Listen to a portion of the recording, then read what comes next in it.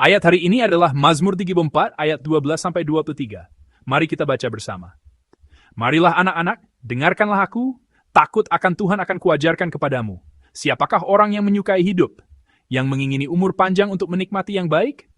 Jagalah lidahmu terhadap yang jahat, dan bibirmu terhadap ucapan-ucapan yang menipu. Jauhilah yang jahat dan lakukanlah yang baik. Carilah perdamaian dan berusahalah mendapatkannya.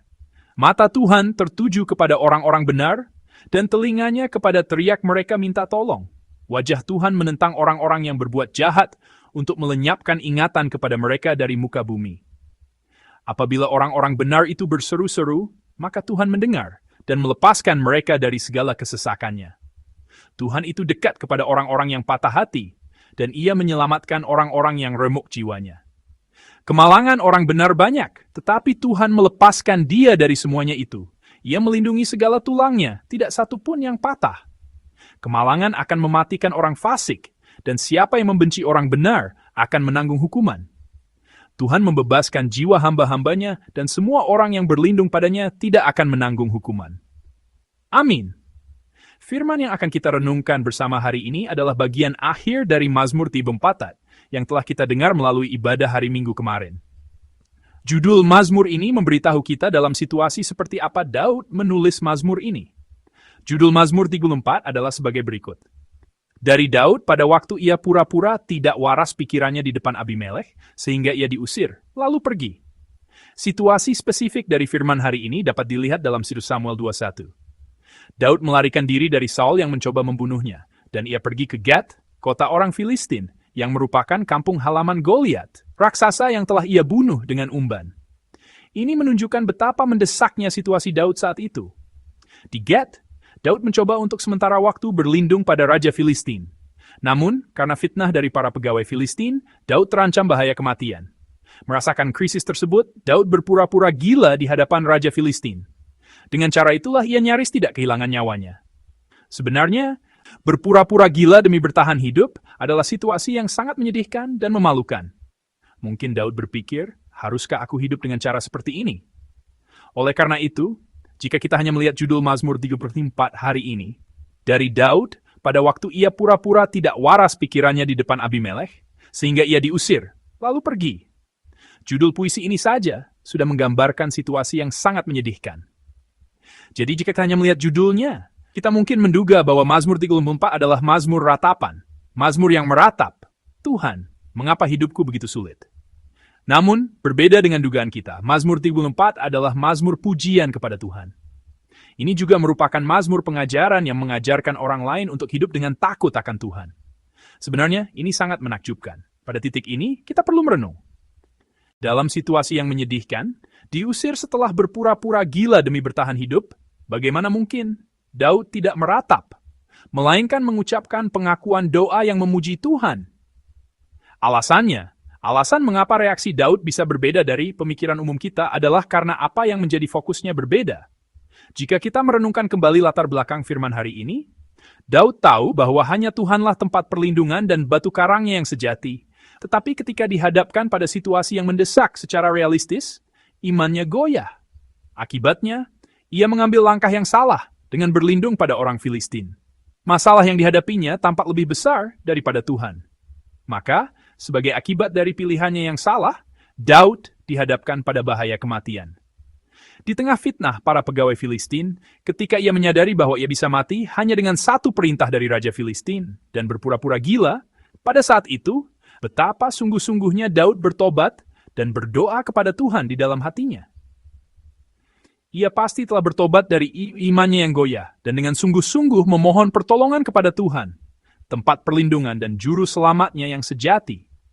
Dan ia diusir dari hadapan Raja Filistin dan secara ajaib nyawanya diselamatkan. Oleh karena itu, ketika mempersembahkan doa Mazmur 34 hari ini kepada Tuhan, Daud tidak berfokus pada situasinya yang menyedihkan, melainkan pada Tuhan yang telah menyelamatkannya dari bahaya maut. Ketika ia hanya memandang pada situasi dan masalahnya yang menyedihkan, sebenarnya yang keluar hanyalah ratapan.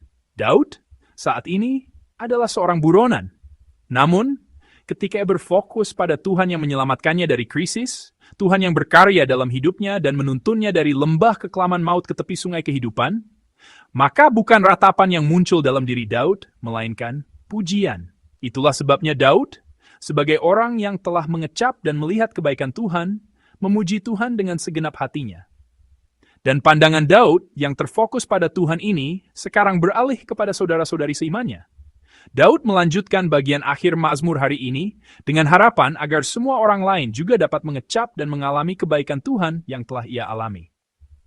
Mari kita baca bersama firman hari ini dari ayat 12-13. Marilah anak-anak, dengarkanlah aku, takut akan Tuhan akan kuajarkan kepadamu. Siapakah orang yang menyukai hidup, yang mengingini umur panjang untuk menikmati yang baik? Amin. Seperti firman ini, Daud mengatakan bahwa kehidupan yang diberkati, yang mengecap kebaikan Tuhan, adalah kehidupan yang dijalani dengan takut akan Tuhan. Takut akan Tuhan berarti rasa hormat yang kudus. Dengan kata lain, ini mengacu pada kehidupan seperti itu yang dijalani coram Deo di hadapan Tuhan. Ini adalah tentang hidup dengan jujur dan kudus. Sambil terus mengingat bahwa aku selalu berdiri di hadapan Tuhan, bahwa hidupku ada di hadapannya, dan berperang dengan baik melawan dosa di dalam diriku. Mengingat bahwa Tuhan ada di hadapanku, hidup dengan kesadaran bahwa aku hidup di hadapan Tuhan, inilah kehidupan yang takut akan Tuhan. Oleh karena itu, kehidupan yang takut akan Tuhan tidak dapat tidak termanifestasi dalam bentuk kehidupan dan sikap hidup yang konkret. Itulah sebabnya Daud berkata tentang kehidupan yang takut akan Tuhan, seperti ini. Mari kita baca bersama ayat 16 dan 15. Jagalah lidahmu terhadap yang jahat, dan bibirmu terhadap ucapan-ucapan yang menipu. Jauhilah yang jahat, dan lakukanlah yang baik. Carilah perdamaian, dan berusahalah mendapatkannya. Amin. Demikianlah, kehidupan yang takut akan Tuhan terwujud dalam bentuk kehidupan yang konkret. Bibir yang jujur, melakukan yang baik, dan kehidupan yang mengusahakan perdamaian. Namun, semakin kita hidup dalam iman, semakin kita berusaha hidup dalam iman, kita menyadari bahwa hidup dengan takut akan Tuhan, benar-benar hidup dengan takut akan Tuhan, tidaklah mudah. Hidup tanpa berbuat dosa dengan mulut kita.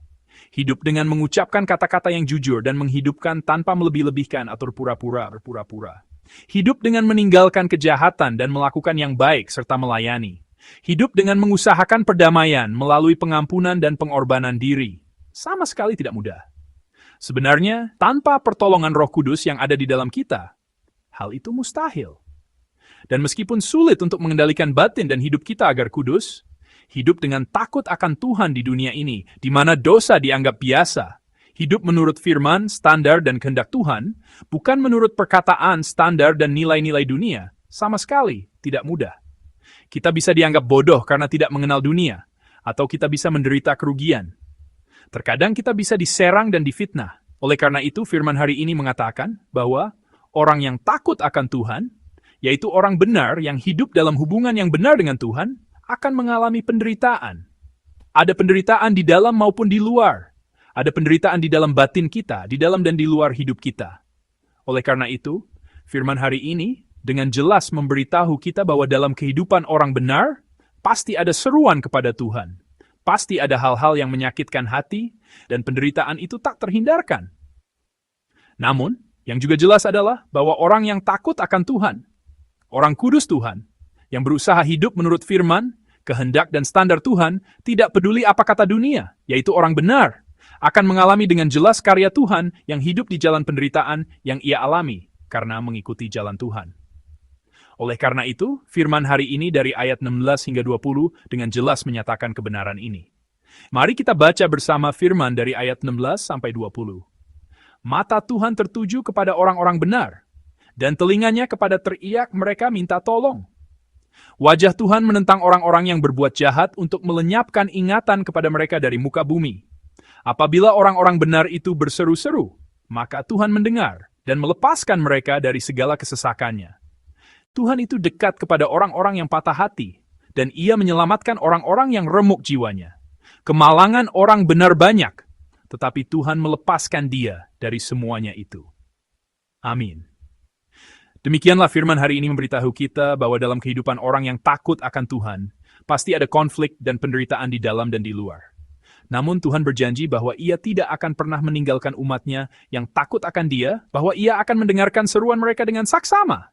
dan membuat mereka mengalami secara nyata kehadiran dan kehidupan Tuhan di tengah-tengah kesesakan, dan membuat mereka mengecap serta mengalami dengan jelas kebaikan dan kasih karunia Tuhan. Saudara-saudari sekalian, saya ingin kita merenungkan diri kita dalam terang firman hari ini.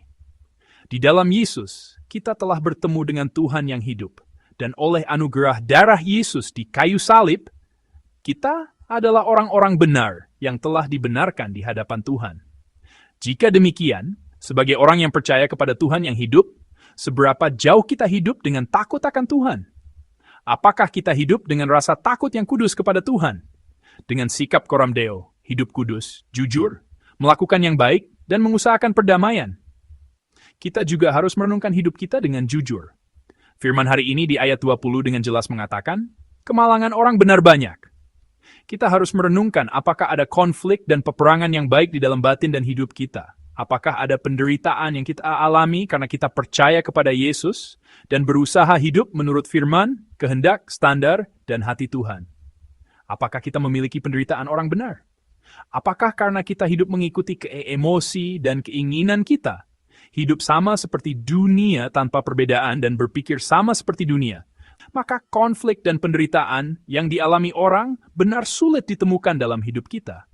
Saudara-saudari sekalian, saya memberkati Anda dalam nama Tuhan, agar hari ini kita hidup dengan menanamkan dalam firman yang Tuhan berikan di hati kita.